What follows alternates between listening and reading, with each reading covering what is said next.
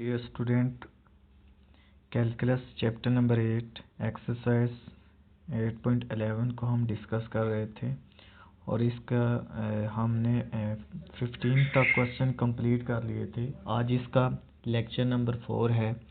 Question number 16 से आज हमने स्टार्ट करना है। तो क्वेश्चन नंबर 16 में वो कहता है कि इसकी स्टेटमेंट में चलें। कहता है कि a point P moves such that square of its distance from origin is, कहता है कि एक पॉइंट P है जो मूव कर रहा है, ठीक है, such that its square of its distance from origin, वो कहता है कि origin से इसका डिस्टेंस का स्क्वायर जो है वो कहता है कि वो क्या है, is proportional to its, वो कहता है प्रोपोर्शनल है to its distance from a fixed plane। कहता है कि ये मेरे पास एक पॉइंट है P, ठीक है, P of X Y C B a point. कहता है कि इसका ओरिजिन से इसके स्क्वायर का डिस्टेंस और ये जो फिक्स प्लेन है इससे इसका डिस्टेंस जो है वो क्या कहता है कि आपस में क्या है, प्रोपोर्शनल है। फिर वो कहता है कि फिर प्रूव करके दो। यहाँ तक उसने खुद क्वेश्चन में उसने बता दिया। फिर वो कहता है कि प्रूव करो, show that P always lie on the sphere. वो कहता है कि प्रूव करके दो कि ये जो पॉइंट है ये स्फीयर पर क्या करता है, लाई करता है। तो इंतहाई आसान क्वेश्चन है। तो इक्वेशन ऑफ फिक्स्ड प्लेन जो होती है वो आपने याद रखनी है। ये क्या होती है, ये फार्मूला होता है जी L X plus M Y plus N Z is equal to P. इसे आपने इक्वेशन नंबर 1 का नाम दे देना है। एल एम और एन ये क्या होते हैं, डायरेक्शन को साइन होते हैं, ठीक है, of the normal vector of plane 1 जो इसने हमें बताया। डायरेक्शन को साइन क्या होते हैं जी, cos square alpha plus sine square alpha plus cos square alpha plus cos square beta plus cos square gamma equal to 1। या तो वो आपने लिखना होता है या फिर L square plus M square plus N square. आप जानते हो ये किसके इक्वल होता है, 1 होता है। इसको हम डायरेक्शन ऑफ कोसाइन कहते हैं ऑफ नॉर्मल वेक्टर के। तो हमने प्रूव करना है कि ये जो पॉइंट है ये क्या करना चाहिए, स्फीयर पर क्या करना चाहिए, लाई करना चाहिए। तो हमने फिर क्या किया, let P of X Y be any point on the locus according to the given condition. उसने खुद बताया था कि ओरिजिन से इसके स्क्वायर का डिस्टेंस एंड फिक्स्ड प्लेन से इसका डिस्टेंस आपस में क्या है, प्रोपोर्शनल है। तो हमने ओरिजिन से ओ पी ये हमने एक ओरिजिन रख लिया, ये पॉइंट ओ रख लिया, ठीक है। ओ इस पे आपने पॉइंट क्या रख लिए, 0 0 0, क्योंकि ओरिजिन है तो इसमें 0 0 कोऑर्डिनेट्स आ गए। पी में हमने पॉइंट रख लिए कोऑर्डिनेट्स एक्स वाई सी। तो इसके यहाँ से इसके स्क्वायर का distance is proportional to the distance of its plane. तो ये हमने कंडीशन लिखी, ओ पी इस डिस्टेंस का square proportional to P R, ये आपके पास आर है, ठीक है। तो हमने फिर क्या किया, ओ पी का डिस्टेंस का स्क्वायर। अब प्रोपोर्शनलिटी को ख़त्म करते हैं तो फिर एक कांस्टेंट आ जाता है, ठीक है। उसको इक्वल हमने क्या रख लिया, के ऑफ पी आर डिस्टेंस। तो ओ से पी डिस्टेंस फार्मूला लगाया, वो क्या होता है, एक्स माइनस जीरो का square plus Y minus zero का square plus Z minus zero का whole square equal to K into ये परपेंडिकुलर डिस्टेंस। क्योंकि फिक्स्ड प्लेन से आप निकालते हैं तो वो जो ऊपर हमने पहले दो क्वेश्चन किए हैं क्या करते होते हैं, क्योंकि इक्वेशन ऑफ प्लेन और पॉइंट आप यूज़ हो रहे हैं। तो इक्वेशन ऑफ प्लेन लिखी, L X plus M Y plus N Z minus P मार्ड ओवर क्या आ जाएगा, स्क्वायर रूट के अंदर क्या आ जाएगा, L square M square N square. तो ये सारा किसके इक्वल है, 1 के। ये वैल्यू इधर हमने पुट कर दी।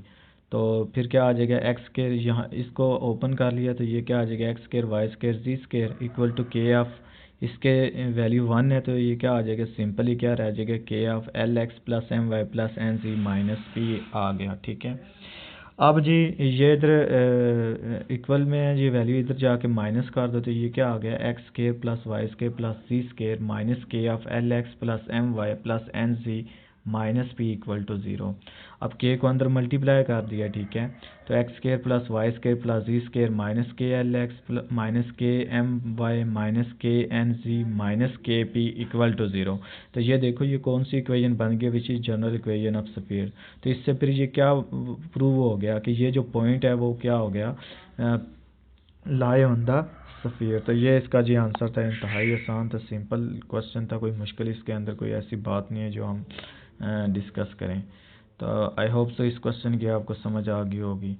तो आगे जी क्वेश्चन नंबर 17 है, उसमें देखो वो कहता है कि स्फीयर ऑफ रेडियस के, एक स्फीयर है जिसका रेडियस उसने क्या दिया हुआ है, के दिया हुआ है, ठीक है, उसने खुद बता दिया है, ठीक है। कहता है कि पासिस थ्रू द ओरिजिन से वो पास कर रहा है, एंड मीट द एक्सिस, उसने खुद, ये जो रेडियस है वो कहता है कि passes through the origin and meet the axis in A B and C. A means X axis, B means Y axis and C means Z axis, ठीक है। तो ये X axis, Y axis and Z axis से वो क्या कर रहा है कि ये जो रेडियस ऑफ स्फीयर जो है वो पास कर रहा है। तो प्रूव दैट, ठीक है, वो कहता है कि फिर प्रूव करके दो, prove that the centroid of triangle A B C lie on the sphere. वो कहता है कि फिर प्रूव करके दो कि जो सेंट्रॉयड ऑफ ट्राइंगल है, एक ट्राइंगल, अगर आप सेंट्रॉयड ऑफ ट्राइंगल, वो क्या कहता है कि वो लाई क्या करता है, ठीक है, वो centroid of triangle lie on the sphere, ठीक है। वो क्या आना चाहिए, 9 of X square plus Y square plus Z square equal to 4 K square, ये इसका। फिर वो कहता है कि प्रूव करो कि सेंट्रॉयड ऑफ ट्राइंगल जो है लाई ऑन द स्फीयर करता है और ये इक्वल आने चाहिए, ठीक है। तो हमने फिर क्या किया जी, हम जानते हैं let equation of sphere passes through the origin, वो आपको पता है equation of sphere passes through the origin क्या होती है जी, X square plus Y square plus Z square plus 2f(x) plus 2gy plus 2hz is equal to 0। ये आपने लिख लीजिए equation of sphere passes through the origin is. अब जी सेंट्रॉयड ऑफ स्फीयर जनरल के वही क्या आ गया, minus F minus E minus H. Radius of sphere क्या होती है, square root of X F square plus Z square plus H square, ठीक हो गया। अब जी उसने खुद बताया हुआ है कि रेडियस किसके इक्वल है, रेडियस इज इक्वल टू के, तो आर उसने खुद बताया हुआ है के इक्वल है, तो then above expression will become K is equal क्या आ जाएगा, square root of F square plus Z square plus A square, ये आर की वैल्यू हमने इसमें पुट कर दी थी, यहाँ से के स्क्वायर आ गया जी F square plus Z square plus H square, इसे हमने इक्वेशन नंबर 1 कह दिया। अब उसने खुद बताया हुआ है कि वो कहता है कि स्फीयर जो है वो पास किसको कर रहा है, cuts axis in points A B C. So the coordinates of, फिर हमने निकालना है ए पर, बी पर और सी पर। तो एक्स एक्सिस पर हमें पता है कि वाई भी 0 होता है और जी भी 0 होता है एक्स एक्सिस पर। तो इसका क्या मतलब है, इस जो इक्वेशन के अंदर आपने वैल्यू पुट करनी है जी एक्स एक्सिस की। ये जो पॉइंट ए इसने कैसे निकाला है, अब एक्स एक्सिस के अलावा आपने एक्स एक्सिस पर बाकी सारे ज़ीरो होते हैं, तो ये ज़ीरो, ये भी ज़ीरो हो गया, ये भी ज़ीरो हो गया, ये भी ज़ीरो हो गया। तो आपके पास एक्स स्क्वायर आ जाएगा, एक्स स्क्वायर इक्वल आ जाएगा जी -2f(x) आ जाएगा, ठीक है। तो यहाँ से ये वैल्यूज़ हमने एक्स की वैल्यू क्या आ गई, 1 होगी, क्योंकि वो तो एक्स एक्सिस पर 1 है, ठीक है। तो सिंपल 2f(x) इज इक्वल आ जाएगा ये, यहाँ से आपके पास फिर ये जो वैल्यू आ जाएगी जी ए आपके पास आ जाएगा। तो देखें फिर इसमें बाकी सारे ज़ीरो हो जाएंगे एक्स एक्सिस पर जब उसने ये निकाला है, तो क्या आ जाएगा जी, वाई भी ज़ीरो, जी भी ज़ीरो, तो आपके पास सिर्फ X square plus 2f(x) equal to 0। तो यहाँ से फिर हम क्या करेंगे, एक्स की वैल्यू क्या आ जाएगी, -2f आ जाएगी। तो एक्स भी 0 है, वाई भी 0 है। इसी तरह बी पॉइंट निकालोगे तो आप वाई एक्सिस है, तो वाई एक्सिस के अलावा बाकी एक्स भी 0 होगा, आप जी भी 0 होगा, तो आपके पास सिंपल ये वैल्यू और ये वैल्यू बच जाएगी। तो यहाँ से फिर बी क्या आ जाएगा, 0 कामा -2g कामा 0 आ जाएगा। और इसी तरह जब c है ये z एक्सिस पर है, तो z एक्सिस पर x भी 0 होता है और y भी 0 होता है। अब x 0 y 0 आ गया, सिर्फ z स्क्वायर और 2hg बच जाएगा इक्वल टू, तो वहाँ से z की वैल्यू क्या आ जाएगी, -2h। तो वो फिर इस c कोऑर्डिनेट्स में हमारे पास क्या आ जाएगी, c ऑफ 0 0 कामा -2h। तो ये जो सफ़ीर है इससे फिर ये क्या है, उसने खुद बताया था कि मीट करता है at the point of axis A B C. तो जो फिर आपने इसके जो पॉइंट्स ऑफ कोऑर्डिनेट्स थे ए बी सी के, वो आपने निकाल लिए। अब सेंट्रॉयड ऑफ ट्राइंगल जो होता है वो क्या होता है, वो आपको फार्मूला आता होगा, अगर नहीं तो ये आपने याद रखना है कि अगर ट्राइंगल का सेंट्रॉयड निकालते हैं तो वो किसके इक्वल होता है, x1 plus x2 plus x3/3 कामा y1 plus y2 plus y3/3 कामा z1 plus z2 plus z3/3। तो इसमें सिंपल ये आपके पास ये वैल्यूज़ हैं, ये x1 है, ये y1 है, ये z1, ये x2 y2 z2, ये x3 y3 एंड z3, ये वैल्यूज़ आपने जस्ट इसमें पुट कर देनी है। तो आप पुट करोगे तो सिर्फ ये x1 की वैल्यू इधर से आएगी -2f और x2 भी 0 x3 भी 0। यहाँ पे y1 की वैल्यू आ जाएगी जी -2g और y1 0 है, y2 की वैल्यू आ जाएगी -2g और y3 0। इसी तरह यहाँ पे आ जाएगा जी z1 0, z2 0, z3 की वैल्यू -2h/3। तो सिंप्लीफाई करेंगे तो आपके पास ये आ जाएगा -2f/3, -2g/3, -2h/3 आ जाएगा। तो ये आपके पास निकल के आ जाएगा जी सेंट्रॉइड ऑफ ट्राइंगल। अच्छा, इसको हम सपोज कर लेंगे जी, ये जो सेंट्रॉइड ऑफ ट्राइंगल, ये जो पहली वैल्यू है इसको हमने x के इक्वल सपोज कर लिया, दूसरी को y के इक्वल, तीसरी को z के इक्वल, क्योंकि हमने शो ऑफ करवाना है कि ये जो सेंट्रॉइड ऑफ ट्राइंगल है ये लाई कर दी ऑन स्फीयर पर या नहीं। ये जो हम अगर ये पॉइंट जो हमारे पास आए, ये अगर इस इक्वेशन में पुट करें, अगर ये दोनों आपस में सेटिस्फाइज कर जाएं तो फिर इससे प्रूव हो जाएगा ये जो ट्राइंगल का सेंट्रॉइड है वो इसमें क्या करता है, स्फीयर पर लाई करता है। तो हमने फिर क्या किया कि उस इक्वेशन में ये जो हमारे पास उसने खुद गिवन दिया था कि 9 × x² + y² + z² = 4k², इसमें ये वैल्यूज़ पुट कर दो x, y और z की। सिंपल वैल्यू पुट की। अब 9 है, स्केयर है ना, तो इनका स्केयर लोगे तो आपके पास 4f(x²/9), 4g²/9, 4h²/9 आ जाएगा। तो 9 के साथ फिर 9 को बाहर कॉमन ले लिया, ठीक है। तो 4f(x²), 4g² + 4h² = 4k², ये 9 खत्म हो गया, 4 भी कॉमन लिया, f(x²) + f(g²) + g² + h² = 4k²। ये 4 से भी आपस में क्या हो गया, कटिंग होगी। अब ये सारा देखो, ये रेडियस ऑफ स्फीयर नहीं था तो इसको हमने किसके इक्वल रखा था, k के इक्वल। तो ये क्या आ जाएगा, k² के, क्योंकि क्वेश्चन के स्टार्ट में आपने ये रखा हुआ है, ये सामने k² किसके इक्वल है, f² + g² + h²। ये जो वैल्यू है ये आपने इसमें पुट कर दी। तो देखो 4k² इक्वल आ गया, 4k²। तो इसका क्या मतलब हुआ, ये जो पॉइंट्स हैं ये इस इक्वेशन को क्या कर दी है, सेटिस्फाइज हो गए। तो इसका क्या मतलब हुआ कि फिर सेंट्रॉइड ऑफ ट्राइंगल ABC जो है वो लाई करते हैं ऑन द स्फीयर, ठीक है, जो उसने खुद हमें इक्वेशन ऑफ स्फीयर दी थी। तो इससे ये प्रूव हो गया। तो इसके अंदर सिंपल ये आपने काम करना था। इंतहाई आसान क्वेश्चन है, मुश्किल नहीं है। आई होप सो इसकी भी आपको समझ आ गई होगी। आगे जी क्वेश्चन नंबर 19 को देखें। वो कहता है कि a plane passes through a fixed point. वो कहता है कि एक प्लेन है जो पास कर रहा है थ्रू अ फिक्स पॉइंट, उसने दे दिए हैं A, B and C। And आगे उसने दिया है कि cut the axis of coordinates. फिर उसी तरह जैसे ऊपर उसने बताया, जैसे आपने अभी निकाले था, cut the axis of coordinates in A, B and C, मतलब x axis, y axis and z axis. तो find the locus of centre of sphere. वो कहता है कि OABC, कहता है कि प्रूव फाइंड करो the locus of centre of sphere OABC for different position of the plane. कहता है कि डिफरेंट पोजीशन ऑफ प्लेन से लोकस ऑफ स्फीयर निकालो OABC where O is being as origin, मतलब ऑरिजिन से उसको रिप्रेजेंट कर रहा है O। देखने को कहता है कि डिफरेंट पोजीशन से locus of centre of sphere जो है वो निकाल के दो। तो प्लेन उसने क्या कहा है कि passes through a fixed point ABC। तो फिक्स्ड इक्वेशन, आप प्लेन फिक्स्ड है तो इक्वेशन ऑफ फिक्स्ड प्लेन आपने फार्मूला लिखा, हम जानते हैं वो, मैंने ऊपर अभी आपको बताया कि वो क्या होता है, LX + MY + NZ = P। इसे इक्वेशन नंबर 1 का नाम दे दिया।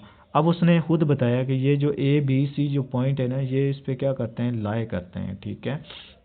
तो ABC, x की जगह A पुट कर लिया, y की जगह B पुट कर लिया, z की जगह C पुट कर लिया। तो आपके पास क्या आ जाएगा, LA + MB + NC = P। तो ये at this point plane passes through points, तो आपके पास ये इक्वेशन आ जाएगी। अब आगे उसने एक और बात बताई है तीसरी। वो कहता है कि ये जो एक्सिस हैं, ये जो cut the axis of ABC। तो उसी तरह ये जो इक्वेशन नंबर जो 1 है, जो प्लेन है, ये कट करता है एक्सिस ABC पर भी।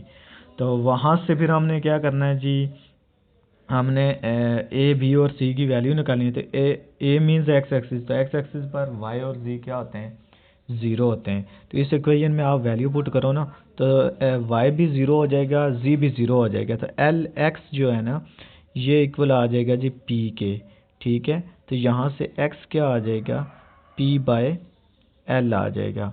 ठीक हो गया, ये आपके पास आ गया। तो फिर इसको हम लिखते हैं कि कैसे हैं, मतलब सेंट्राइड है तो ए एफ क्या आ जाएगा, -p/l, 0, 0। फिर इसी तरह दूसरा y एक्सिस पर क्या होता है, x भी 0 होता है और z भी 0 होता है। तो आपके पास जी y की वैल्यू आ जाएगी 0, -p/m, 0।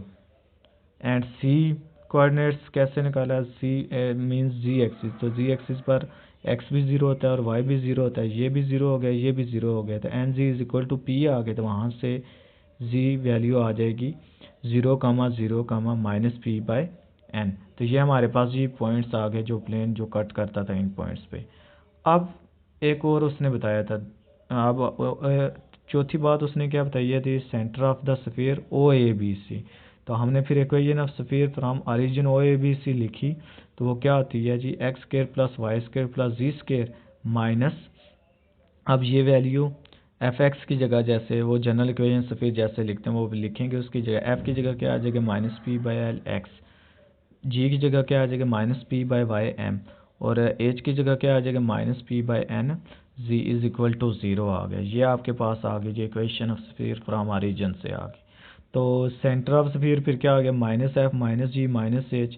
तो ये सिंपल कंपेयर करेंगे तो जनरल इक्वेशन से, तो वहाँ से फिर ये आ जाएगा p/2l, p/2m, p/2n। ये कैसे है जी, इसको जनरल इक्वेशन से आपने स्फीयर कंपेयर किया ना, मतलब जनरल इक्वेशन क्या थी, वो 2f होता है ना। 2f को कंपेयर करोगे ना इस इक्वेशन से, तो ये क्या आ जाएगा जी, -p/l है ना। तो यहाँ से फिर f की वैल्यू क्या आ जाएगी, -p/2l आ जाएगा। ठीक है, इसी तरह दूसरी आपने निकालनी है। इसी तरह फिर 2g जो है इक्वल होता है -p/m, 2h इज इक्वल आ जाएगा -p/n। तो वो फिर वैल्यूज़ आपके पास आ जाएंगे p/2l, p/2m, p/2n। तो वो फिर आप इस सेंटर में लिखेंगे। सेंटर ऑफ स्फीयर आपको पता है ना, -f, -g और -h होता है। तो ये माइनस माइनस फिर प्लस हो जाएंगे, p/2l, p/2m, p/2n आ जाएगा। अच्छा जी, ये आ गया जी सेंटर ऑफ स्फीयर। इसको मैं सपोज करने लगा हूँ, सेंटर ऑफ स्फीयर को पहली वैल्यू का x1 के इक्वल रख लिया, दूसरी y1 और तीसरी z1, ये आपने रख ली। ठीक है, अब यहाँ से हम क्या करने लगे हैं, l की वैल्यू बनाई, m की वैल्यू बनाई, n की वैल्यू बनाई, क्योंकि हमें इस इक्वेशन नंबर जो 2 है उसको आपने बताना है। फाइंड, उसने खुद बताया था कि find the locus of the centre of sphere जो है वो ओ ए बी सी जो है for different position of the planes जो है वहाँ से आपने निकालना है। तो हमने प्लेन एक बनाया हुआ है L A plus M B plus N C is equal to P. तो इसमें आपने एल एम और एन की वैल्यू निकालनी थी। तो वो फिर वैल्यूज़ यहाँ से हम निकाल लेंगे। एल की वैल्यू क्या आ जाएगी, ये इधर आ जाएगा। तो एल इज इक्वल आ जाएगा p/2x1। एम आपके पास आ जाएगा जी p/2y1 और एन आपके पास आ जाएगा जी p/2z1। तो ये वैल्यूज़ आपने इक्वेशन नंबर 2 में पुट कर ली। जहाँ पे एल लिखा था वहाँ हमने ये वैल्यू पुट की, एम की वैल्यू पुट की और एन की वैल्यू पुट की, इक्वल टू पी। अब पी इधर से ऊपर से कॉमन लिया तो पी पी आपस में क्या हो जाएंगे, फिर कटिंग हो जाएगी। सही हो गया, सिंपल आपके पास आ जाएगा a/2x1 plus b/2y1 plus c/2z1 equal to 1। यहाँ से फिर हमने 1/2 कॉमन ले लिया इधर से, तो a/x1 plus by/y1 plus c/z1 is equal to 1। तो ये 2 इधर डिवाइड हो रहा है, इधर जाके मल्टीप्लाई कर दिया। तो ये आ जाएगा a/x1 plus b/y1 plus c/z1 is equal to 2। तो ये क्या आ गई, this is the required equation आ गई। तो जो डिफरेंट पोजीशन आपसे फिर जो आपने निकालनी थी, तो ये जी इसका आंसर आ गया। अच्छा जी, इसी तरह क्वेश्चन नंबर जो है 20 है, ये भी इसी तरह इसी से रिलेटेड ही है, सेम टू सेम। तो देखें इसके अंदर वो क्या कहता है, वो कहता है कि फाइंड इक्वेशन ऑफ स्फीयर। वो कहता है कि इक्वेशन ऑफ स्फीयर फाइंड करो circumscribing the tetrahedron whose faces are x is equal to 0, y equal to 0 and z is equal to 0 and lx plus my plus nz plus p equal to 0। वो कहता है कि find equation of sphere निकालो ठीक है। तो circumscribing the टेट्राहाइड्रन, टेट्राहाइड्रन के उसने हुज फेसेस बता दिए हैं, और x equal to 0, Y equal to 0 और z मतलब एक्सिस पर x इज इक्वल टू 0, ठीक है, मतलब x z और y जो है वो 0 हो जाएंगे। इसी तरह y एक्सिस ये 0, z इज इक्वल टू 0, ये उसने खुद हमें एक इक्वेशन बना के दे दी हैं फेसिस की, x equal to 0, y equal to 0 और z इक्वल टू 0 प्लेन में। तो सिंपल। उसी तरह आगे उसने प्लेन की एक इक्वेशन दे दी है, lx plus M Y plus N Z plus P equal to 0। तो हमने निकालना है जी इक्वेशन ऑफ स्फीयर निकालनी है, ठीक है। तो टेट्राहेड्रन पर तो जनरल इक्वेशन ऑफ स्फीयर लिखी, वो क्या होती है, X square plus Y square plus Z square plus 2f(x) plus 2gy plus 2hz plus c equal to 0। तो गिवन प्लेन उसने दिया हुआ वो क्या है, lx plus M Y plus N Z plus P equal to 0। तो खुद उसने हमें पॉइंट्स भी दिए हुए हैं। तो टेट्राहेड्रन, तो let the equation of sphere में कहता हूँ passes through the vertices of tetrahedron. Tetrahedron जो है ना वो उसने हमें दिया हुआ है, ये जो वर्टिसेस ऑफ टेट्राहेड्रन ये हम और रख लेते हैं पॉइंट, और ये जो बाकी हैं ये ए पॉइंट है X axis X is equal to 0, ये बी पॉइंट है वाई इक्वल टू 0 और सी पॉइंट है जी इज इक्वल टू 0। तो जी हमने फिर क्या किया कि ओरिजिन पहले आपने पुट किया इस इक्वेशन नंबर जो 1 में आपने ओरिजिन की वैल्यू पुट की, ठीक है, सिंपल। तो आप x0 y0 z0 ये सारे 0 0 आ जाएंगे, c आपके पास क्या आ जाएगा, 0 आ जाएगा। दूसरा जी हम क्या करने लगे, अब पॉइंट ए पॉइंट उसने कैसे निकाला है, अब देखो A point equation of plane क्या लिखी हुई है, lx plus M Y plus N Z. अब जी lx plus M Y plus N Z, ठीक है, इसको इधर लेके जाएंगे तो ये माइनस पी आ जाएगा, ठीक है। तो यहाँ से अब x एक्सिस पर y भी 0 होता है, z भी क्या होता है, 0 होता है, तो lx क्या आ जाएगा, माइनस पी आ जाएगा, ठीक है। तो lx मेरे पास क्या आ गया, वो मैं पॉइंट आपको निकालना दिखा रहा हूँ। तो lx आ जाएगा जी माइनस पी, ठीक है। तो x मेरे पास क्या आ जाएगा, माइनस पी बाय एल आ जाएगा। इसी तरह y एक्सिस पर क्या आ जाएगा जी, m की वैल्यू क्या आ जाएगी, y एक्सिस पर x भी 0 z भी 0, तो ये पॉइंट b कैसे निकला है, 0 comma minus P by M. ये आपको पता चल गया कैसे निकालते हैं। एन जी कैसे निकाला है उसने, अब ये भी 0 is equal to minus P, तो z इज इक्वल आ जाएगा माइनस पी बाई एन आ गया। ये ए पॉइंट आ गया, ये बी पॉइंट आ गया, ये सी पॉइंट आ गया, जो टेट्राहेड्रन वाला जो हमने अभी फिगर में मैंने आपको बताया है। ये जो अभी हमने बनाई भी थी, जैसे मैंने आपको पहले भी बताया कि ये ओरिजिन पॉइंट आ गया, ये ए पॉइंट, ये बी पॉइंट एंड ये सी पॉइंट आ गया। अब जी हमने ये पॉइंट इस इक्वेशन में पुट कर दिए। जब ये पॉइंट ए की वैल्यू आप इसमें पुट करोगे तो सिंपली आपके पास ये बाकी तो सारे 0 हो जाएंगे ना, तो सिर्फ एक्स वाली वैल्यूज़ बच जाएंगी ये। तो P square by L square minus 2f P by L equal to 0, तो यहाँ से P by L into P by L minus 2f आ गया, तो इक्वल टू 0, ठीक है। तो यहाँ से फिर क्या आ गया, ये जो p बाई एल है ये सारी इक्वेशन इधर जाके आपने ख़त्म कर दी, ठीक है, 0 के साथ। आपके पास p बाई एल आ गया 2f, तो यहाँ से f क्या आ गया फिर p बाई 2l, सही हो गया। इसी तरह यहाँ ये वैल्यूज़ इसमें फिर पुट की, दूसरी वैल्यू पुट की, तो P square by M square minus 2g P by M equal to 0। यहाँ से p बाई एम कॉमन लिया तो p by M minus 2g is equal to 0। तो ये फिर ये जो वैल्यू है ये इधर जाके क्या होगी, ख़त्म कर सिंपली ये जो p बाई एम है इधर जाके ख़त्म होगी, तो p by M minus 2g equal to 0। तो यहाँ से फिर p बाई एम आ जाएगा 2g के, और g आपके पास क्या आ जाएगा, p बाई 2m।